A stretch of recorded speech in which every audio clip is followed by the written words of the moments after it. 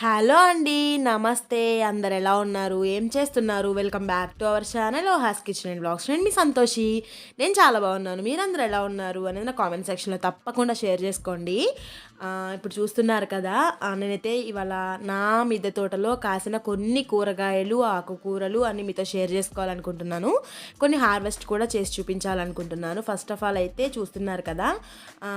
బీరకాయలతో అయితే స్టార్ట్ చేశాను. బీరపాదు పెట్టిన తర్వాత 45-50 డేస్ వరకు అయితే మనకి ఇంకా పూత అయితే స్టార్ట్ అవుతుంది. ఫస్ట్ మేల్ ఫ్లవర్స్ అయితే వస్తాయి, తర్వాత ఇంకా ఫీమేల్ ఫ్లవర్స్ అయితే స్టార్ట్ అవుతాయి. ఆ తర్వాత మనం పాలినేషన్ అని అయితే చేసుకోవాలి. ఎక్కువగా బయట తోటలలో పెంచేటువంటి మొక్కలలో పాలినేషన్ మనం చేయాల్సిన అవసరం లేదు, హ్యాండ్ పాలినేషన్ అనేది.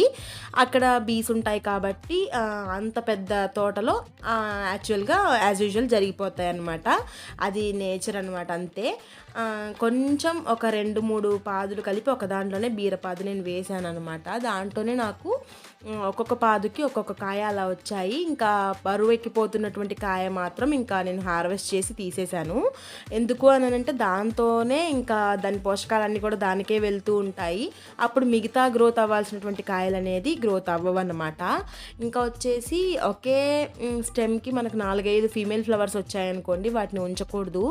ఎందుకు అంటే గ్రోత్ అనేది మనము నేలలో కాదు కదా, మనం చిన్న పాట్లో ఇస్తాం కాబట్టి ఆ పోషణ అనేది సరిపోక తొందరగా ముదిరిపోవడము, ఇంకా తొందరగా విత్తనాలు వచ్చేయడము అలా జరుగుతూ ఉంటుందన్నమాట. అందుకోసము ఒక స్టెమ్కి ఒక్కటి మాత్రమే వచ్చేలాగా చూసుకోవాలి ఈ పాదులలో.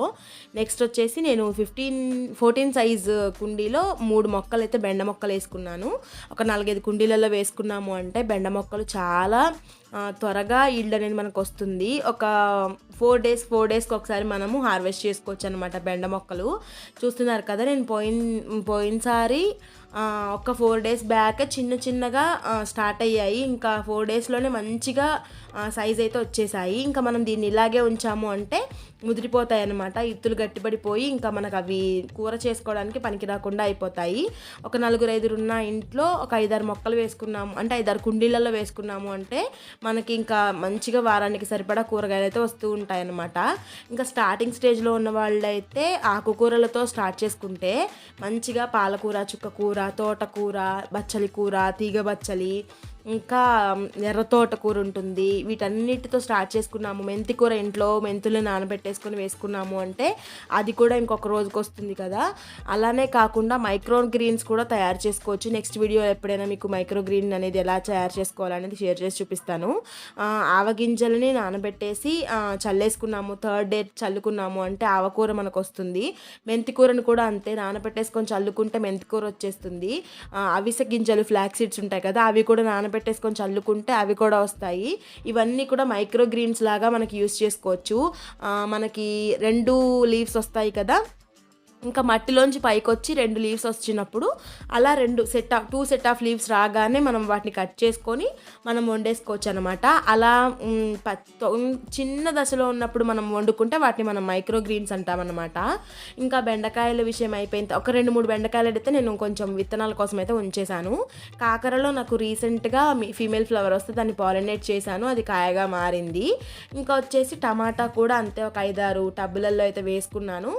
మనకి స్టార్టింగ్ స్టేజ్లో పూర్తిగా మనకి హౌస్ మొత్తానికి సరిపోని రాకపోయినా చారులోకి టమాటాలు అలా కొంచెం చిన్నగా అయితే మనం అలవాటు చేసుకుంటే ఇంకా మనం దీనికే అలవాటు పడిపోతూ ఉంటాం అన్నమాట. చిక్కుడు కూడా ఇంకా పూత అయితే స్టార్ట్ అయిపోయింది త్వరలో. ఇంకా అది కూడా కాయలు, చిక్కుడు ఒకసారి పూత స్టార్ట్ అయింది అంటే మాత్రం అది ఇంకా త్వరగానే ఎక్కువగా మనకి ఈల్డ్ అయితే రావడానికి అవకాశం ఉంటుందన్నమాట చిక్కుడు. అంతేకాకుండా ఇంకా నేను చెట్టు చిక్కుడు కూడా వీటితో పాటు యాడ్ చేసుకున్నాను అనమాట. అలానే నేను ఒక దొండపాదు కూడా వేసుకున్నాను. దాంట్లో పూసే ప్రతి పువ్వు కూడా మనకు కాయలాగా మారిపోతుంది. ఎందుకంటే దాంట్లోనే ఫీమేల్, మేల్ ఆర్గన్స్ అనేవి ఒక దాంట్లోనే ఒక ఫ్లవర్లోనే ఉంటాయి కాబట్టి సెల్ఫ్ పాలినేట్ అని జరిగిపోతుంది అన్నమాట.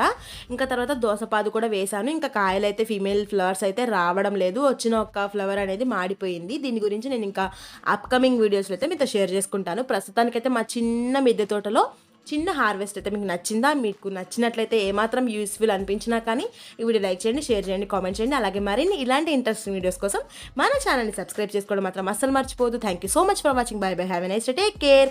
Happy gardening. Love you all.